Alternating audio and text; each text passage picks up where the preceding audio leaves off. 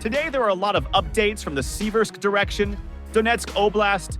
Ukrainian defenders switched from modern drone warfare to traditional anti-tank weapons, destroying 11 Russian armored vehicles along a narrow corridor north of Ivano-Darivka. This sparked unprecedented backlash from Russian military experts.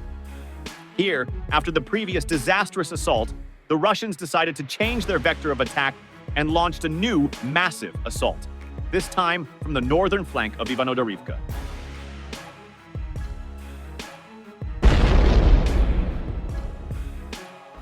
In spite of strong pressure from another large Russian mechanized assault, the Ukrainian fighters of the 54th Mechanized Brigade took lessons from the 10th Mountain Assault Brigade and organized a multi-layered defense meant to repulse anticipated Russian assaults. Last time I told you how Russian mechanized assault south of Ivano-Darivka resulted in heavy losses of personnel, tanks, and armored vehicles, leaving many wounded soldiers stranded in the gray zone.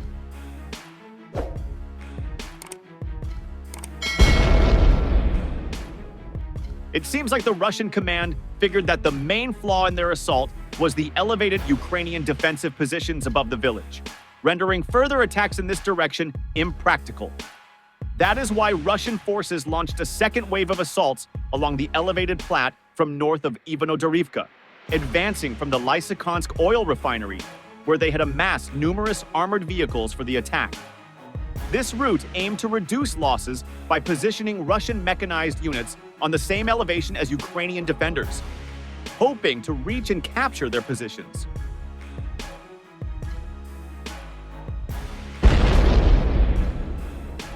To preserve an element of surprise, Russian forces avoided heavy artillery and aerial bombardment of the Ukrainian positions, which later proved problematic. The anticipated element of surprise failed, as Ukrainian commanders had already expected an assault along the elevated funnel. With only one dirt road leading from the main Russian positions at the Lysychansk oil refinery, Ukrainians were prepared to concentrate drone strikes and ATGM operators on this narrow corridor to repel the assaults.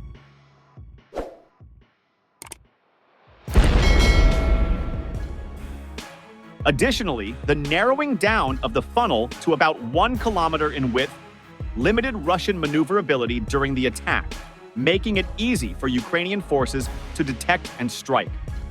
Combat footage shows that the Russians launched a substantial mechanized assault with 11 armored vehicles and over 100 soldiers. However, they encountered issues before reaching Ukrainian positions, as Ukrainian forces identified and destroyed Russian tanks and BMPs with Stugna PATGM-S.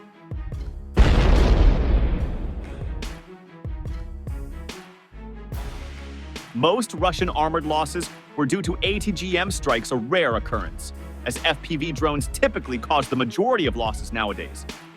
This was likely due to the Russians' failure to organize a coherent artillery and air support on Ukrainian positions, as alluded to by Russian sources. Standard Russian military protocols suggest that artillery should suppress most ATGM positions before an assault, but due to the lack of coordination, this did not happen.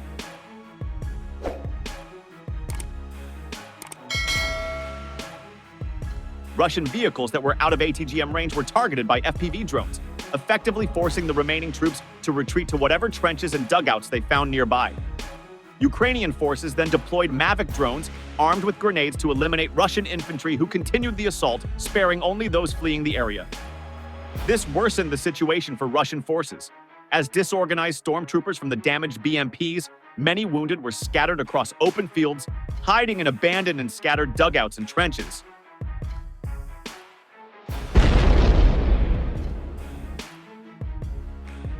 Overall, despite previous failure, the Russians once again restarted their mechanized assaults towards Ivano-Darivka, resulting in heavy losses, with many disorganized and wounded survivors of the assault left in gray zone. The number of Russian troops scattered across the fields near Ivano-Darivka, including wounded, is estimated to be up to 100. This assault and the previous one in Siversk direction met severe media backlash in Russia by their military analysts, who criticized the commanders in the area and called for their dismissal for their inability to organize offensive operations.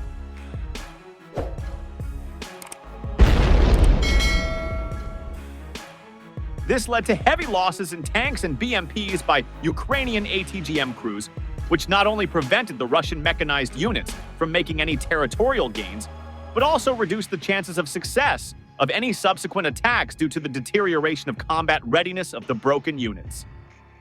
The Ukrainian General Staff said on Monday that 1,770 Russian soldiers had been killed or injured since early on Sunday. The previous highest daily record was in mid-May, when Kiev said Moscow sustained 1,740 casualties in a single day.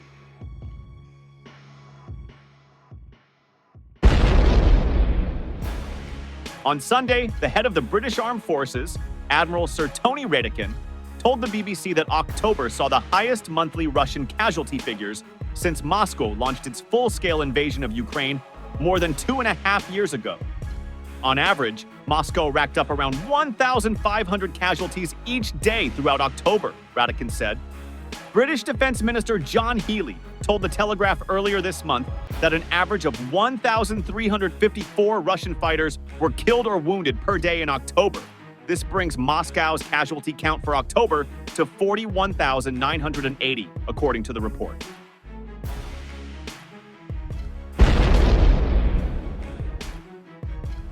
Russia is about to suffer 700,000 people killed or wounded, the enormous pain and suffering that the Russian nation is having to bear because of Putin's ambition. This number falls slightly lower than tallies from Ukraine's military, Radakin said. But according to Kiev's count, 710,660 of Moscow's soldiers have been killed or injured, including just under 41,000 for October. Ukraine has also said Russia is able to inject up to 30,000 new soldiers each month into its ranks. Kiev's figures suggest Moscow is sustaining slightly more casualties than this number every month.